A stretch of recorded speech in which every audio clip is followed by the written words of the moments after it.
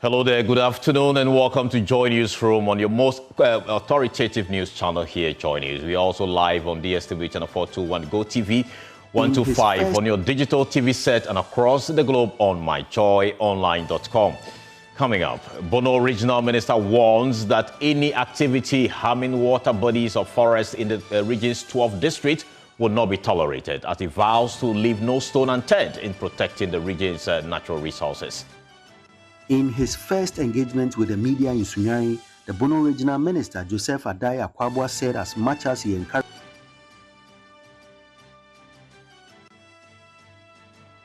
Also, German ambassador to Ghana urges the government to take stronger action in reducing its carbon footprint and accelerating climate efforts with international partners. Later, European leaders are set to meet tomorrow for an emergency summit on the war in Ukraine, while the U.S. pushes forward with Russia on peace talks that could sideline the continent.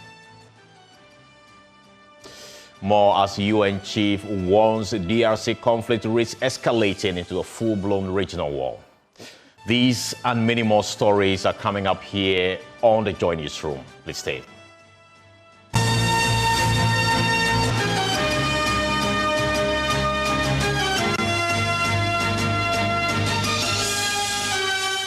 Let's begin from the environment, because Bono Regional Minister Joseph Adai Akwabwa has said he will not tolerate any activity that destroys water bodies and forest cover in any of the 12 districts, in line with the promise of the President John Mahama to the people of Ghana.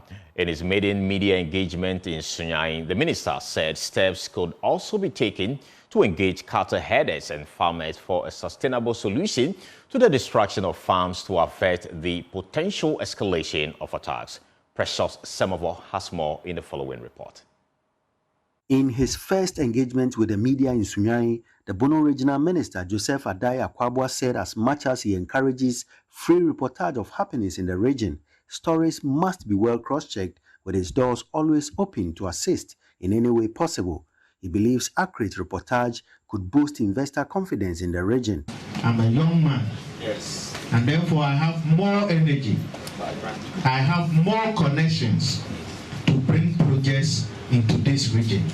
I would therefore need a healthy media to assist me achieve the vision that I have for the region.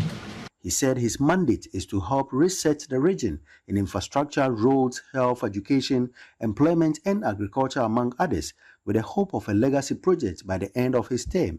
He insists all activities that degrade the environment, like illegal lumbering and mining, will be fiercely resisted. To stop illegal mining in the Bono region, and which I am going to do. I'm also going to stop those chainsaw operators who have illegally entered the forest reserve. I have a mandate and I'm going to use it properly. We should preserve our forest, and in so doing, I am going to make sure that nobody enters the forest illegally. And I'm going to do that with the forestry, and in no time there will be guidelines. The minister also said he would engage stakeholders in the activities of cattle herders to avert clashes with farmers and ensure food security. Very soon we are going to engage the leaders of these cattle herders and the farmers, because we've had so many complaints from the farmers, and it came out during the recent meeting. And if we don't do something to stop it, it will create a problem for us in the future. A time will come, we will not even get food to eat. So all that we will do is to engage both parties. We will bring some guidelines, and then we see how to resolve these issues. Precious Semovo, Joy News, Sunyani. Let's stay a bit longer on the environment, because German ambassador to Ghana, Daniel Kroll, is urging the government to strengthen climate efforts and collaborate internationally to reduce its carbon footprint. In an interview with Joy News, he stressed Ghana's role in tackling climate change and emphasized supporting Northwest farmers facing drought. He suggested irrigation farming as a solution. Crow made these remarks at the commissioning of the Funsi Women Irrigation Project in the Upper West region. Joy News' correspondent Rafiq Salam reports from Funsi. The project, codenamed Empowering Village Women Groups through Sustainable Small-Scale Irrigation, is a community-led initiative designed to improve the livelihood of 40 women farmers in Funsi, located in the Wais district of the Upper West region.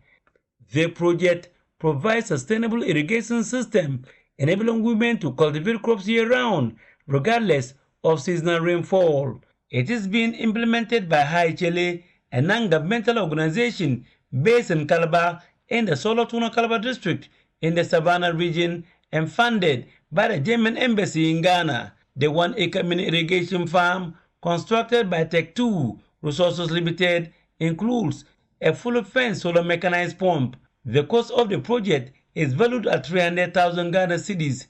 Daniel Krul is the German ambassador to Ghana. Well, we have a small fund at the embassy. We can support project with social impact. We also like to add some technological element to it to try to give proof of concept that other people can see what can be done, and we hope that others will copy the idea and will improve livelihoods here in the Northwest. Daniel Kru noted that there is a need for Ghana to work with global companies to address the present issue of climate change and support farmers in the northern belt of the country. I'm not an expert in how to fight climate change. I only can encourage the government of Ghana to reach out to the international community to work together and be more ambitious on fighting climate change, reducing the CO2 footprint, and at the same time to look for ways to help farmers here in the Northwest to cope with the dryness, increased dryness here. And of course, the answer only could be using more irrigation farming. A musician and board member of Haichele, Walewale, better known as the Lioness of Africa, narrated how the project started. It all started with a performance at the German ambassador's residence in Accra. And I was invited to perform to mark their Independence Day celebration. And after the performance, he was really happy. In fact, the whole team, the whole German team was very happy. And they then spoke to me, interviewed me, and realized that I was also doing a lot of activities in my community. Talk among ourselves if we ever get the opportunity to go into small-scale farming together as a group. Because when you farm together as a group, you can get a lot of yield when you put a lot of energy in. So the ambassador heard that and said, well, fortunately, they have a certain fund which has been lying there for a while. Walewale noted that the vision is ambitious, and with more support, it can be expanded for more women. We have the vision to expand it. At the moment, we are just 40 women. But I know since Funsi has 9 sections, this has inspired the other sections, women group, to now come together and work harder. So imagine if we are able to get each women group, 9 women groups, everybody gets an irrigation garden or dry season garden. This is going to boost the food security here. Managing Director of Haichele, Emmanuel Derekunsani, stated that the project is more than just an infrastructure development. It represents a beacon of hope for the brighter future, where women and girls have access to clean water, nutritious food, and economic opportunities. It symbolizes the potential for rural communities to thrive and for Ghana to achieve its sustainable development goals. A member from the women's group, Ampo Habibata, is already counting the benefits of the project, saying it will ensure they don't idle during the dry season. It will not even reduce only poverty among women, but it helps in what? Nutritional distinct too, because during those days, we're not having this irrigation farm. So this season, we only take dry okra. Everything dry. But now that with the irrigation gum has come, we get ingredients like okra, fresh okra, beans leaves that are nutritious to the body and are fresh food too. Reporting for Joy News, Rafik Salam, Fancy.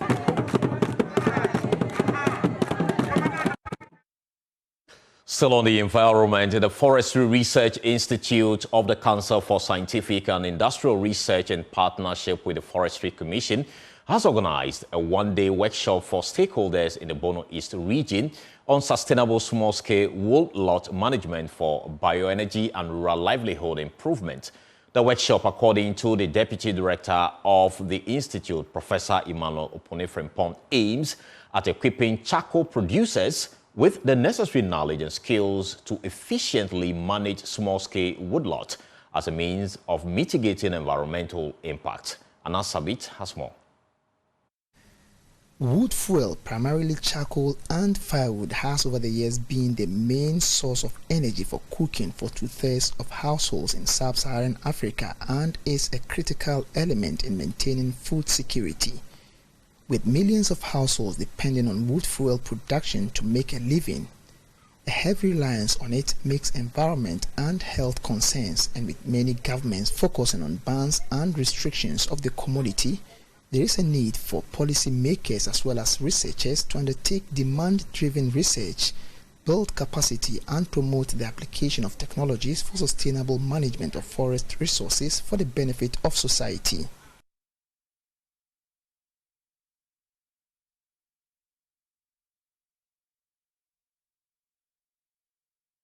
Now, away from the environment, hundreds of residents of Walewale in the northeast region are protesting the decision by the government to impose a dawn-to-dusk curfew.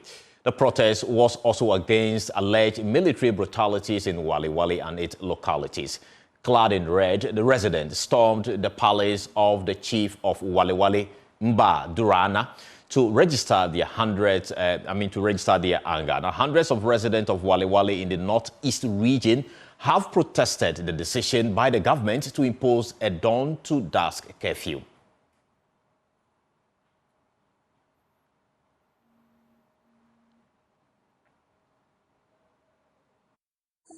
I'm very disappointed in the military men in Walewale. Why? Are they fighting in Walewale? Is there conflict in Walewale? Or why are they in Walewale killing our men and women, going around stealing our properties? Why?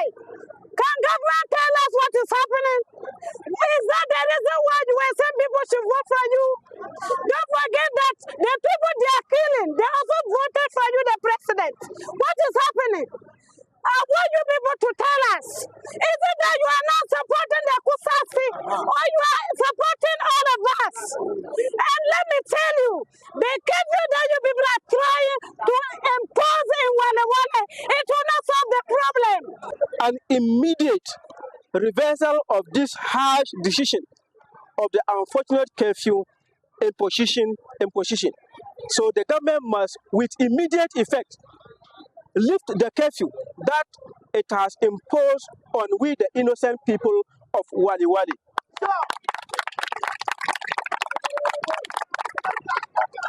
Two, if the curfew should continue in Walewale and its environment, it means that the whole of Mamprogo has been drawn into this conflict, and for that matter, in this curfew, because Walewale is the heart of Mamprogo, and we have nothing to do with it. So if the military or the government want to really make sure that this thing is addressed, they have to withdraw the curfew. Other than that, they have included all Mamprogo in this thing. Three, we urge the government to, without delay, secure the safety of travelers along the Bolga-Boku-Pulumonko road to prevent further attacks in other parts of the country. For all we know, there is no difference between the people of Boku and the people of Northeast region. As I was saying, we've seen more attacks, burnings there, yet no action has been taken. So if some unknown government engage in these things, and then all of a sudden we have a curfew, then it means that we are being sidelined, or we are being discriminated because we are man priests.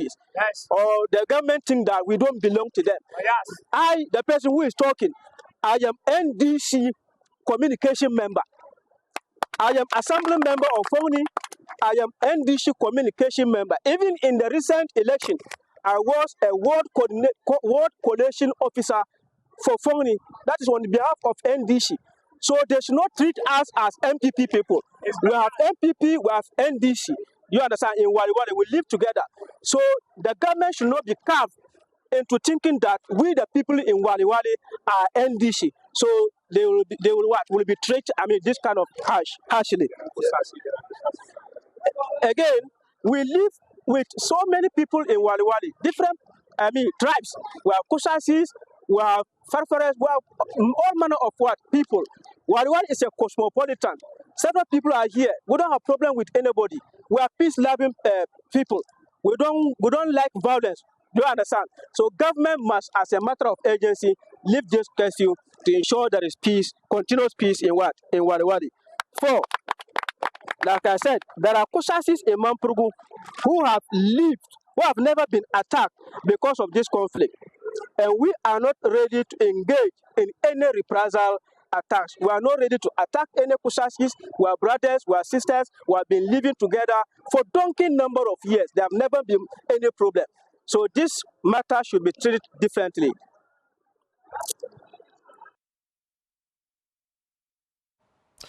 Well, our Northeast regional reporter Eliasu Tanko joins us live on Zoom with more. Eliasu, tell us more about this curfew protest.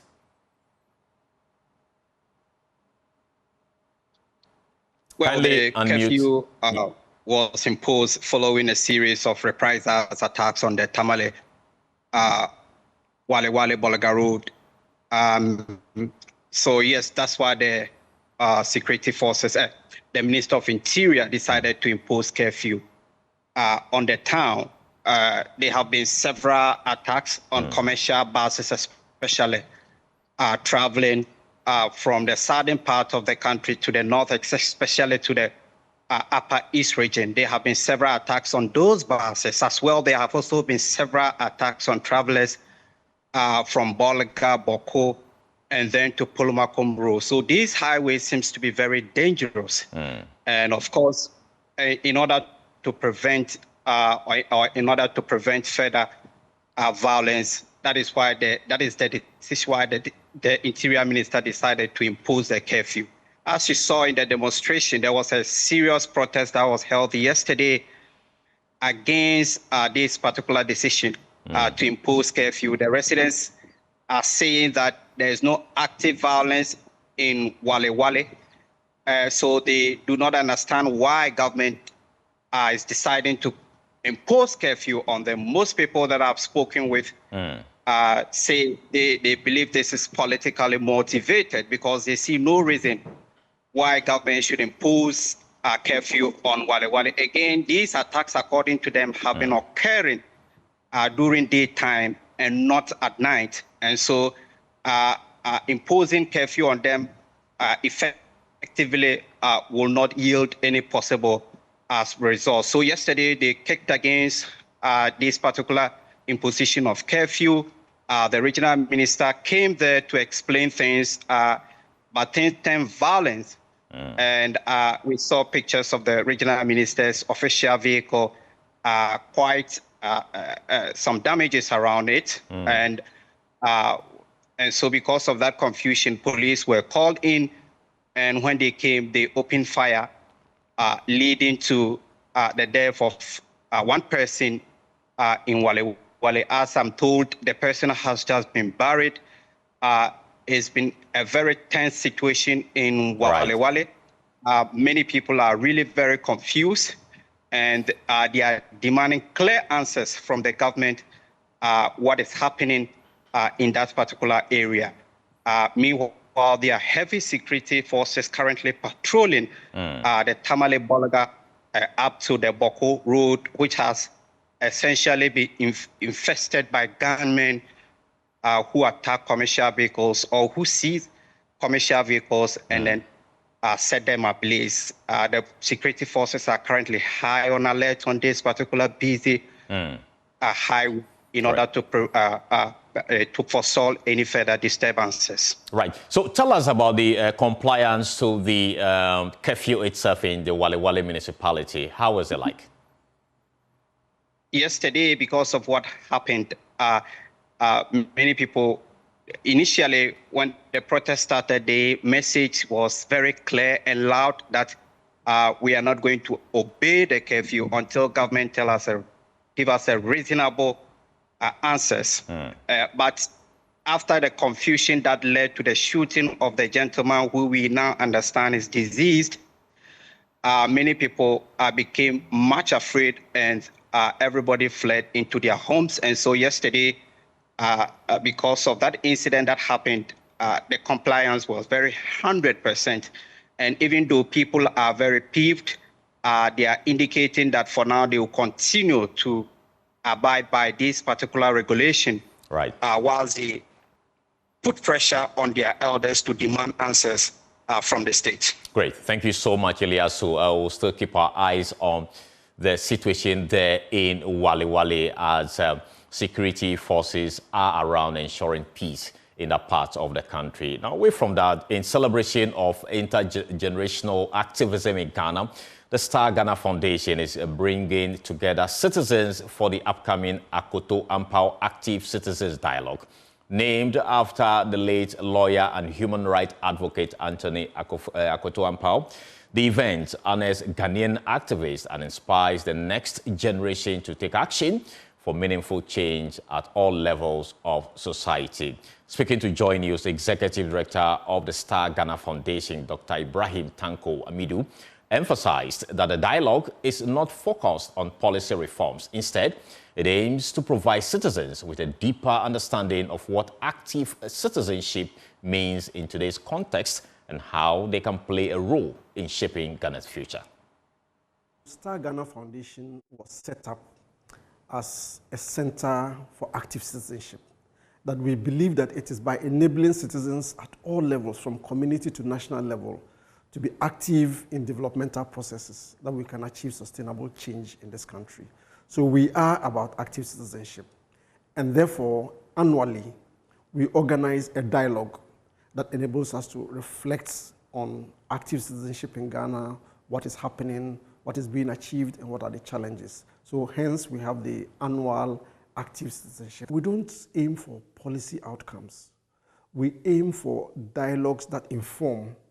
We hope that everybody would live with a better understanding of how active citizenship looks like in this current context. We hope that everybody would live with some nuggets of lessons that would inform their actions, whether you are working as part of a CSO, whether you are working as an individual, whether you are an assemblyman in your community, whether you are an MP, whether you are a media or a journalist, a media person, that you would be inspired and you'll be able to get some lessons that will help you to be an active citizen for a better Ghana. Now moving on, the demonstration school for the deaf in Mampong, Ikuapem, is in a dire need of machinery and other training tools for students.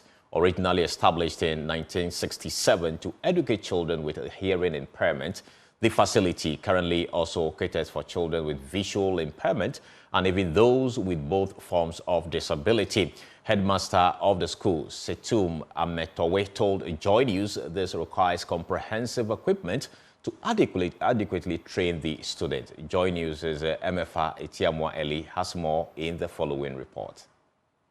From a total of 39 students in 1967, the Demonstration School of the Deaf in Mampong, Ikuapem currently has a student population of over 570 students. More than half the number are females.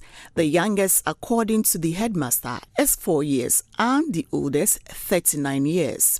Their peculiar situation naturally requires a lot more vocational training than the grammar education. Headmaster of the school, Mr. Setumte Ametewe, tells me a retooling is required to efficiently and adequately prepare the students. Okay. Demonstration school for the deaf is basically for children with hearing impairment.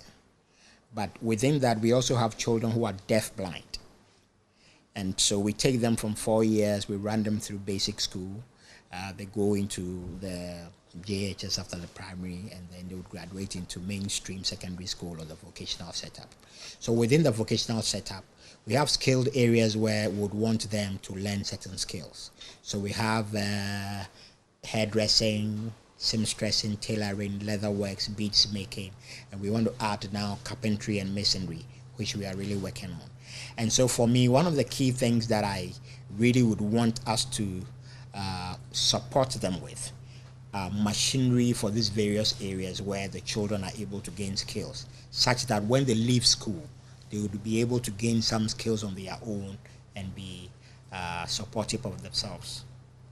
The growing student population at the Ekuapem School for the Deaf, according to Mr. Setumte, demands increased care and attention to ensure the institution's quality and sustainability.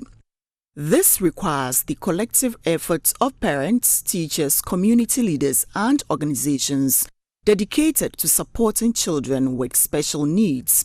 Unfortunately, Mr. Setumte notes with disappointment that many parents perceive their children at the school with less regard, leading to lack of parental involvement. He expresses concern over the negative mindset and general public attitude towards the students and urges society to adopt a more inclusive and supportive outlook. I think that the mindset has been that everything should come from government for free. And so even though they would be able to even support in basic ones, they think that it must come from government. And so we should be able to work on that kind of mindset, because they themselves, the children are for them. And some also have the perception that if the children have a certain disability, then they don't mean anything. They can't do anything. They are not of any use. And so some of them will tell you that minkola na omoye fine, me pesa omoko school we answer omo did them, which is not real. As a fully residential facility, the school faces significant challenges with congestion. The limited space makes it difficult to accommodate the growing number of students, and maintaining existing infrastructure remains a pressing concern. We have a serious congestion issue, but we have a block that is coming up which has been left for the past 15 years. It's been roofed, but it's a GET fund project that has been abandoned, and we've been trying to reach out to the officers to see how they could help us, but it's not been done. We would need washrooms to attach to the block. As it is now, the block has been roofed. We have one that has been connected and all of that, but we do not have washrooms for the place. So once we get washrooms, then it means that our children could move into decongest the others. On the occasion of the 2025 International Day for Education, students from the Ekuapem Technical School stepped in to support the school by applying skills acquired through their respective programs.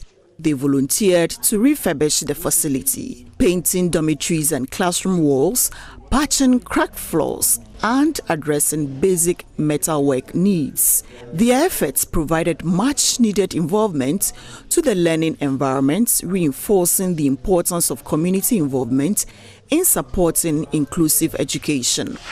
Managers of the school believe a sustained public support for the school, both in cash and in kind, the development of children in the facility would be made much easier and more holistic to the total transformation of the society. My name is Samofa Ewenamatia Moeli, reporting for Joy News.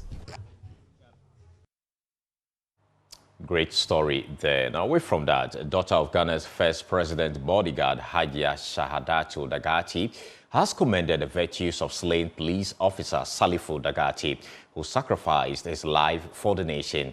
She says Salifu Dagati believed in the transformative power of both Islamic and secular education, inspiring her to establish a school for Islamic studies with plans to incorporate a secular subject in the future. Hajia Shahadatu Dagati made the remarks while commissioning a 3-unit classroom block for Arabic studies at Yilo Tuapari.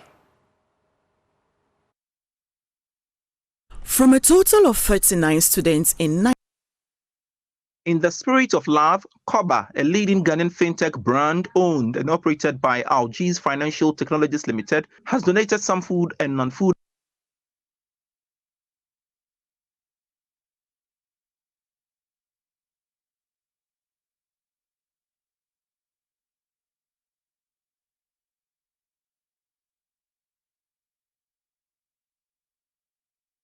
According to the founder of Madrasa to Salifu Dagati, Haji Sahadatu Dagati, the aim of the construction of the Arabic school is to honor the memory of his late father, Salifu Dagati, who was the personal bodyguard of Ghana's first president, Dr. Kwame Nkrumah.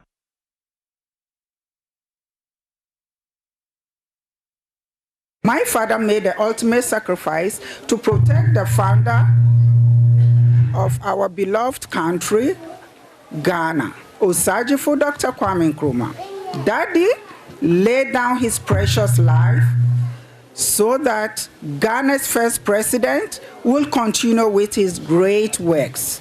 By extension, Daddy saved the peace and stability of our beloved country, Ghana. He gave his life so that others could live.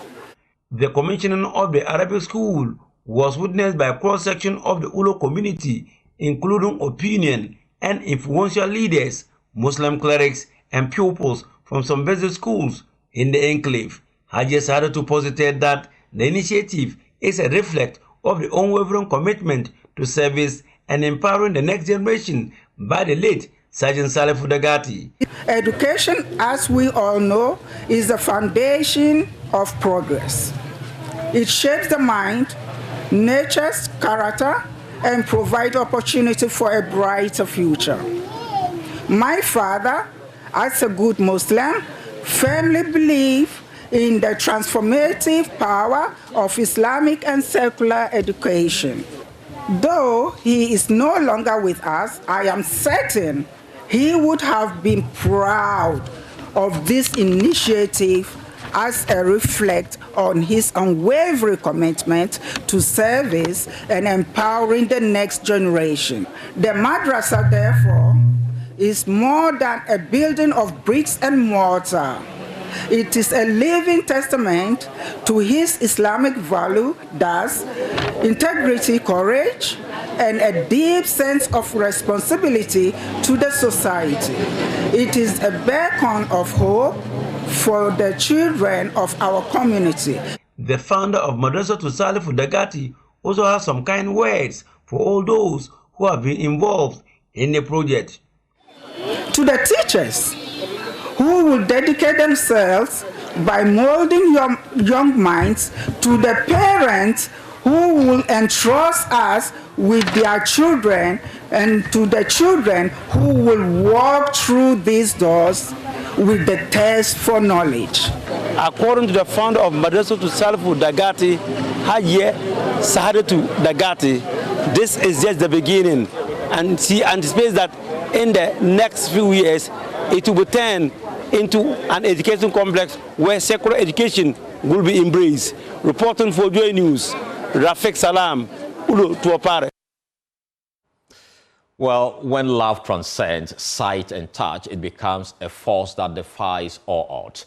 Kobe, a gifted musician who is visually impaired, and Esther, a physically challenged seamstress, have built a love story rooted in deep connection and unwavering devotion. Though they have never met in person, their bond flourishes through endless phone calls and WhatsApp chats. In this season of Valentine, they long for the moment they can finally meet face to face and rekindle their love. Here are excerpts of the report filed by my colleague Sheila Sichi.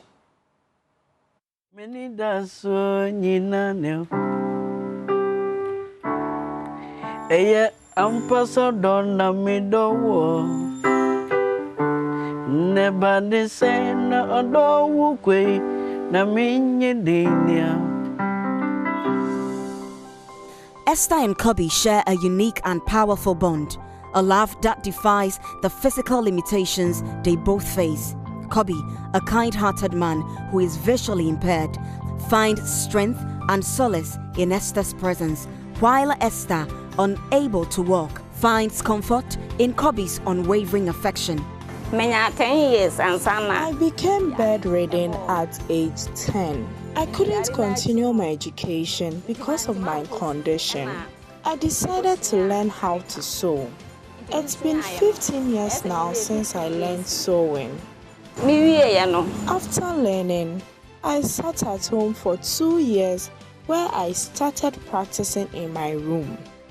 Later, I was able to secure a container for my sewing business.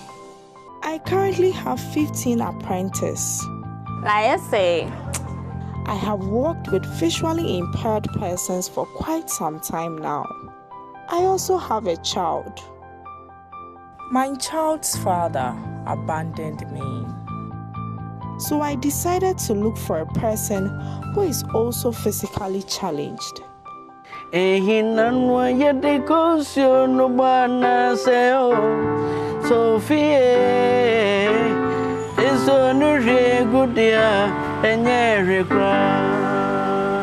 saw her in a platform called Love and Understand, and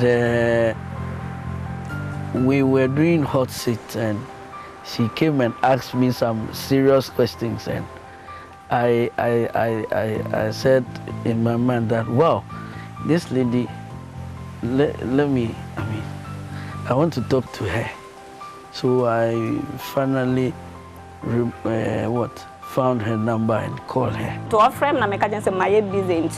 So when he called, I told him I was busy and would call him later. Later, I returned his call. I didn't know him, so he said he was on the same page with me, and that was where he got my number. After he expressed interest in me, I told him to give me some time because of my past experience with my child's father.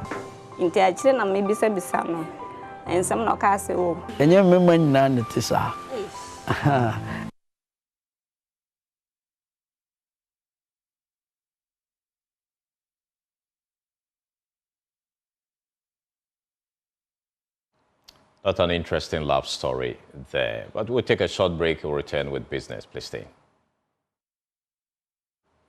Welcome back, and thank you so much for staying with us. Now, the Ghana Institution of Engineering is calling on the government to set up a professional apprenticeship scheme as a healthy job creation strategy for the youth in professional trades.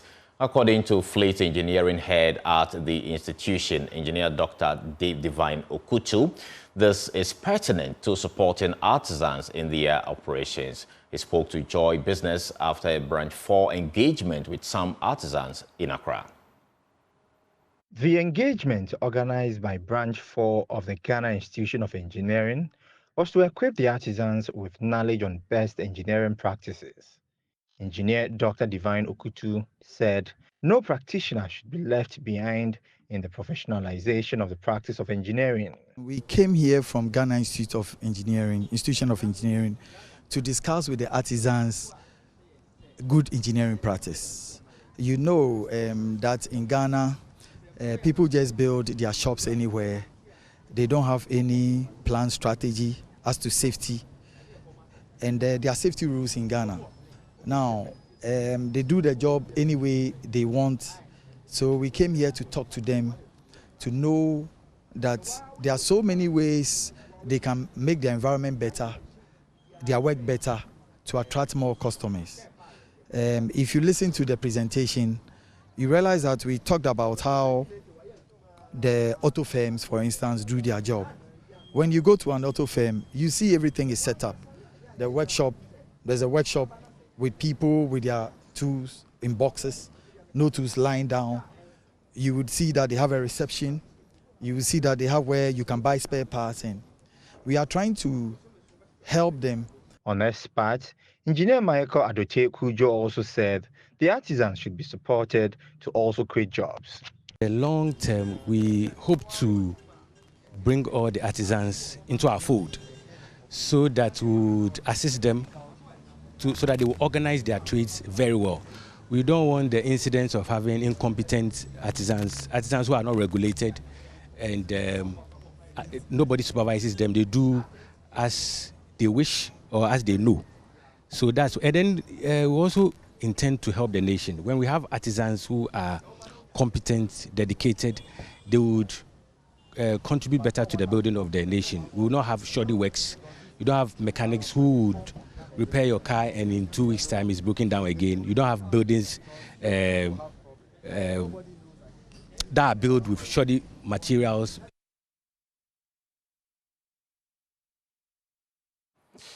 Now, as part of effort aimed at helping replenish the National Blood Bank at various health facilities across the country, and in response to appeals from the National Blood Service for voluntary contributions to address the critically low blood supplies, MTN Ghana, through its annual Save a Life campaign, held a blood donation exercise at the Boyem St. Francis Senior High School. The move, according to headmaster of the school, Reverend Martin Odro-Bilson, is to, among other things, help inculcate in the students the habit of giving to the needy. Anas Sabit has more in the following report. On February 14th each year, people across the world celebrate love and affection in different ways, with the day's significance recognizing and honoring the ties that link people, whether couples, friends, or family members. Here in the country, MTN Ghana Foundation, as part of its efforts aimed at saving lives since 2011 and in line with the foundation's resolve in supporting the National Blood Bank, held a blood donation exercise in the Boyem St. Francis Senior High School to enable the students of the school donate to save lives. Andrews Chia is the territory sales controller for the Techiman Zone. Today being 14th of February, which is termed as Lovers Day, MTN, we are here to donate blood to support the National Blood Bank. So in Techiman, we partnered with Holy Family Blood Bank to donate blood to support the National Blood Bank.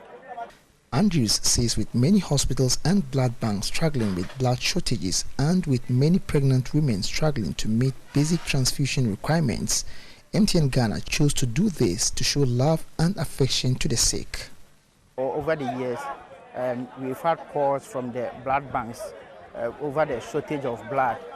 When you look at our mothers who go to give birth, most of them find it difficult when there's shortage of blood.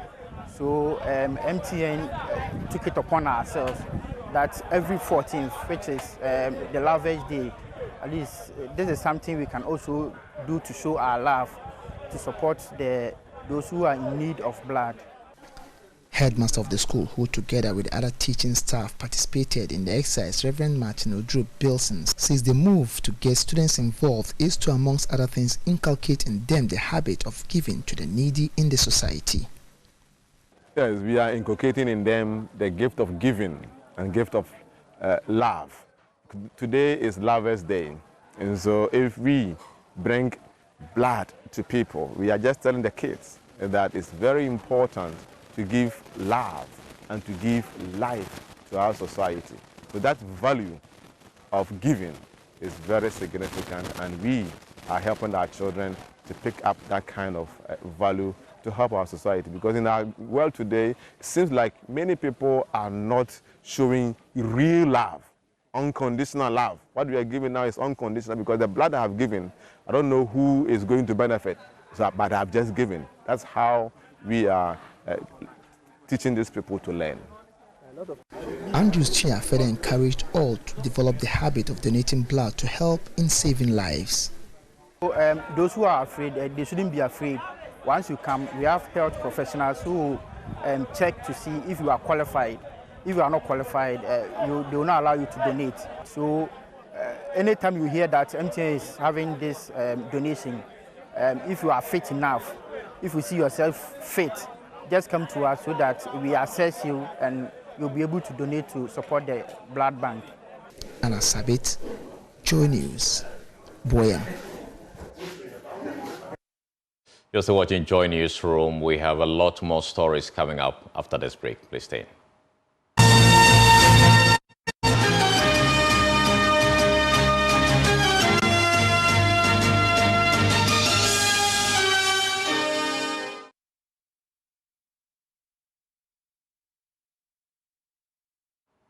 Welcome back. Now, in a heartwarming display of philanthropy, Koba, a leading Ghanaian fintech brand under Helges Financial Technologies Limited, has made a generous donation to the Jolu Special School. The contribution aims to enhance the education and well-being of students with special needs. There's more in the following report. In the spirit of love, Koba, a leading Ghanaian fintech brand owned and operated by Helges Financial Technologies Limited, has donated some food and non-food items to the Jolu Special School as a way of expressing their love and care to them. The items, which included bags of rice, gallons of oil, crates of eggs, biscuits, toiletries, and educational materials to enhance the educational experience of the students and support the school's efforts to provide inclusive and quality education. Speaking to Joy Business, founder and CEO of Koba, Koshida Sagla, expressed their commitment to supporting the education and well-being of children with special needs. Intention is to lead in this aspect. So this is just a start. We were here a few months ago to introduce ourselves. We are taking this beyond Jolu Special School. We are looking at establishing it as where we invite other corporates to join us. We want to lead this to make sure that should we call them the underprivileged and the special ones are also well taken care of, and also they are also humans. They also deserve, in fact, sometimes they deserve more love than we do. And so this is something we're looking at doing, and we want to entreat and invite virtually everyone who wants to join this. We want to grow this out and make it bigger. Receiving the donation, the headmaster of the school, Frederick Tete, expressed his gratitude to Koba and urged other organizations to emulate same. Really amazing. And on behalf of the lovely kids, I express my appreciation to Koba for exhibiting true love today. Because the kids, they enjoy life better when they are in school. And there's no one at home who do this for them. So for this love, I'm very grateful to Koba, and then Almighty God will bless them and bless them abundantly. A hand of assistance from all Ghanaians, NGOs, churches, to come to the aid of every special school in the country, because government alone can't do it all for us. The Jolu Special School, which was established in 1970, provides education and care to 205 students with special needs. The school's mission is to provide inclusive and quality education that empowers students with special needs to reach their full potential.